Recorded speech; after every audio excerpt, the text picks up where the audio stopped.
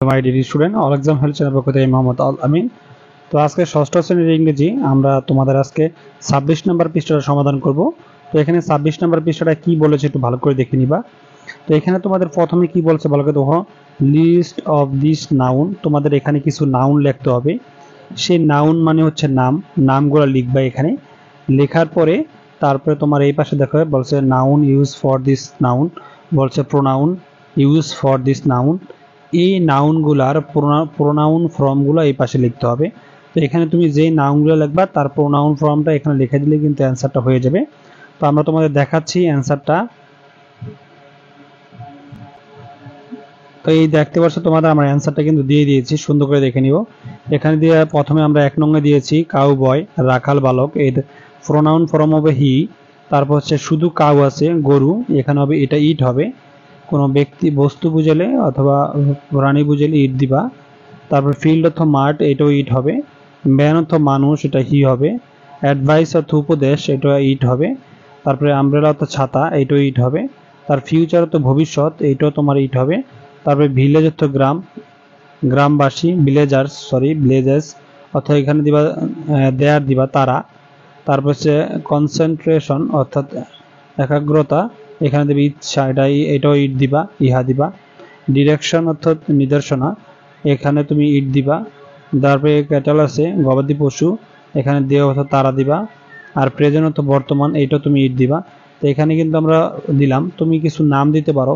তুমি এছাড়া যদি তুমি রহিম দিতে পারো, রহিম দিলে তাহলে তোমার সেটা হবে রহিম নাউন ফর্ম হবে হি হবে।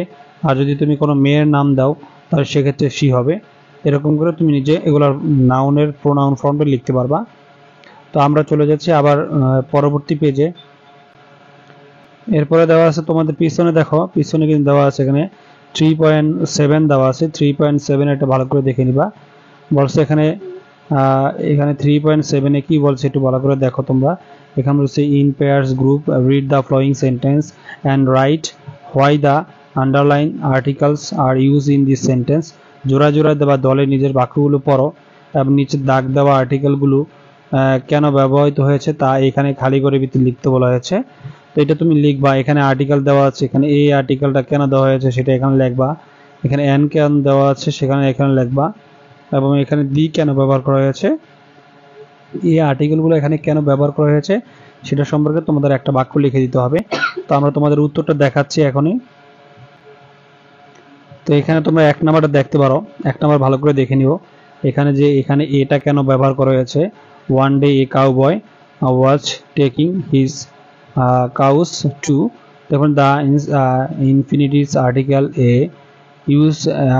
is used because the noun cowboy is not definite and the noun begins with a consonant sound. অনির্দিষ্টবাচক আর্টিকেল এ ব্যবহার হয়েছে কারণ কাউবয় নাউনটি নির্দিষ্ট নয় এবং নাউনটি কনসোনেন্ট উচ্চারণ দ্বারা শুরু হয়েছে। এই যে এখানে কাউবয়ের সিটা একটা কনসোনেন্ট, এই জন্য এখানে এ বসছে, কনসোনেন্ট হলে এ বসে।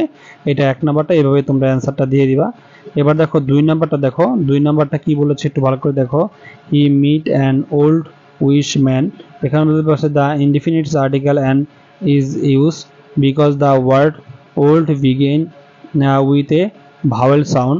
অনির্দিষ্টবাচক আর্টিকেল অ্যান্ড ব্যবহৃত হয়েছে কারণ বলেছে ওল্ড শব্দটি ভাওয়েল উচ্চারণ দ্বারা শুরু হয়েছে। তো এখানে তোমার এখানে দেখো এই যে ওল্ডের এই উ অক্ষরটা একটা ভাওয়েল থাকলে তোমার এন বসে, এই জন্য এখানে এন বসছে। এই ব্যাখ্যাটা এখানে দিবা। বাংলা কথাগুলো লিখতে হবে না, শুধু তোমরা এই ইংরেজি এই পর্যন্ত লেখলেই হবে শখের মধ্যে। বাংলাটা আমি তোমাদের বোঝানোর জন্য দিয়েছি। এরপরে তোমাদের দেখো 3 নাম্বারটা ভালো করে দেখো। 3 নাম্বারটা দেওয়া আছে the seeing the man the cowboy asked him, এখানে বলছে the definite article the is use because the noun cowboy is definite. নির্দিষ্ট আর্টিকেল দ্য ব্যবহৃত হয়েছে কারণ কাউবয় নাউনটি নির্দিষ্ট। তো এখানে তোমার কাউবয় নাউনটা কিন্তু নির্দিষ্ট, এই জন্য দি ব্যবহৃত হয়েছে। তারপরে দেখো এখানে তোমাদের বলা হয়েছে 4 নাম্বারতে he meet an old wise man with an umbrella. আমব্রেলার ইউ আছে, ইউ একটা ভাওয়েল থাকার কারণে এখানে তোমার কি হয়েছে, এখানে এন বসছে। ভাওয়েল তোমরা তো জানোই কোনগুলা, এ E I R O you, এই 5টা হচ্ছে তোমাদের ভাওয়েল, এটা তোমরা জানো। তো এই ভাওয়েল বসলে এন বসে, এন বসাই দিবা, এটা তোমরা আগেই জানো, এই কারণে এটা এখানে 4 নম্বরটার মধ্যে তোমাদের এন বসছে। এখানে তোমরা এই ব্যাখ্যাটা দিয়ে দিবা ছকের ভিতরে, তাহলে অ্যান্সারটা হয়ে যাবে। এরপরে দেখো এর পরেরটা 5 নাম্বার যেটা দেওয়া আছে সেটা দেখো, বলেছে হি ওয়াজ এ ইউনিক ম্যান। এখানে তোমাদের আর্টিকেলটা বসছে the indefinite article a is use because when a article on a word begin with the vowel u but is pronuncial and sounded as u, the indefinite article a is used। এই কথাটা লিখে দিবে, তাহলে এটা হয়ে যাবে। এখানে তোমার হচ্ছে একটা প্রনাউন্সিয়াল আর্টিকেল হওয়ার কারণে এখানে এ বসছে, এটা সুন্দর করে তোমরা লিখে দিবা। তাহলে তোমরা এইভাবে যদি এই 5টার ব্যাখ্যা সুন্দর করে দিয়ে দিতে পারো, এই 5টার ব্যাখ্যা যদি সুন্দর করে দিয়ে দাও, তাহলে অ্যান্সারটা হয়ে যাবে 26 নম্বর পৃষ্ঠাটা সম্পূর্ণ। তো ষষ্ঠ শ্রেণীর ইংরেজি 26 নম্বর পৃষ্ঠা আজকে সমাধান করলাম। পরবর্তী ক্লাসে আবারও দেখা হবে। ভিডিওটা কেমন হয়েছে অবশ্যই কমেন্টস করে জানাবে, যদি ভালো লেগে থাকে লাইক কমেন্ট শেয়ার করতে ভুলবে না। আজ এই পর্যন্তই, পরবর্তী ভিডিওতে আবার দেখা হবে। আল্লাহ হাফেজ।